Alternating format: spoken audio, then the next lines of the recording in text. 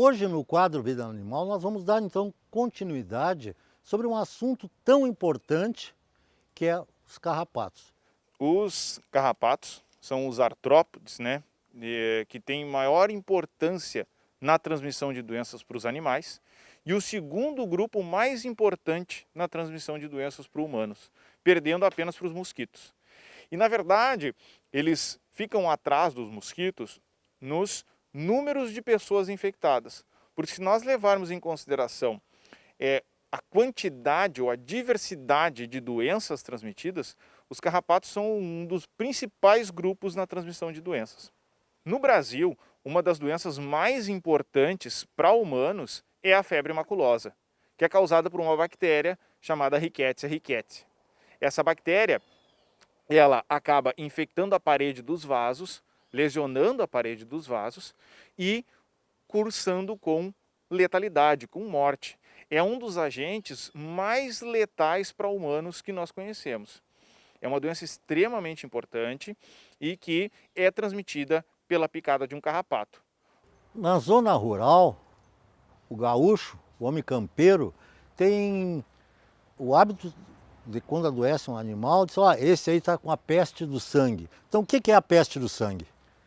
A peste do sangue é causada por um protozoário chamado Rangelia vitale. É um protozoário transmitido por um carrapato de área rural, de área silvestre ou de área periurbana. É um carrapato que gosta de mata, de área que tenha coleção florestal, que tenha bastante umidade. Esse carrapato, ele chama Amblyomma aureolatum. E quando ele pica o cão, ele transmite esse protozoário. Esse protozoário ele vai infectar as hemácias, que são as células vermelhas, ele vai infectar os leucócitos, que são as células brancas, e ele vai infectar a parede dos vasos dos cães.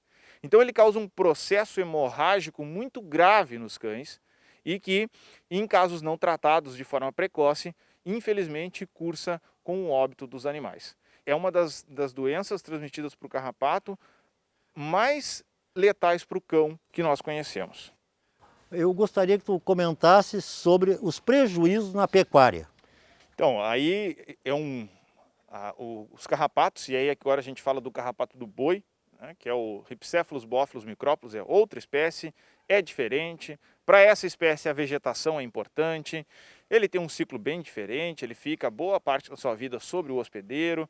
O bófilos, ele é um carrapato que hoje nós estimamos em torno de 4 bilhões de dólares de prejuízo anual somente para o Brasil, e isso relacionado a déficit de produção.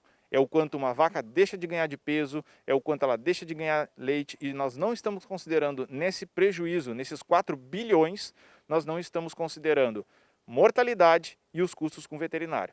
É um impacto imenso à pecuária.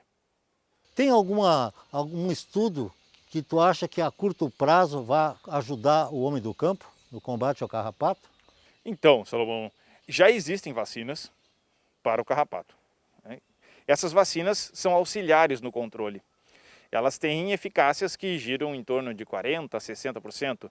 Então, dependendo da vacina, dependendo do grupo que produziu, dependendo do estudo.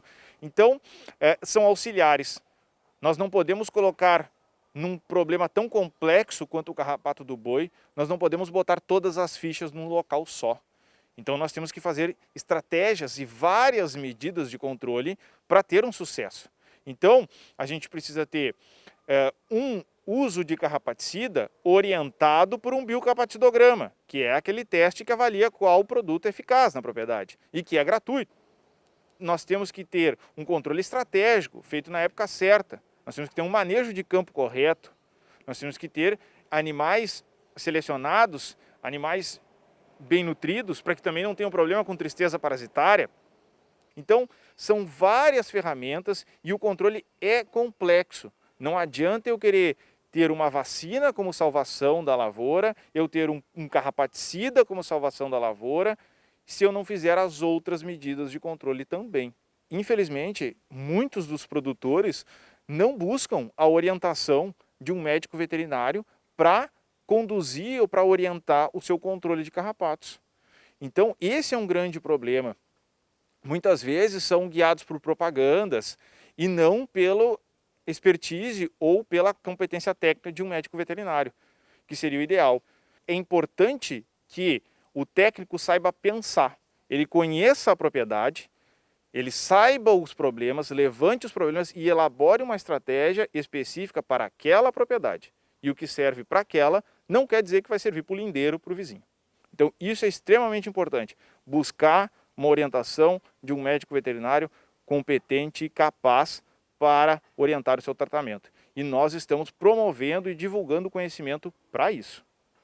Eu agradeço então ao meu colega e até a próxima.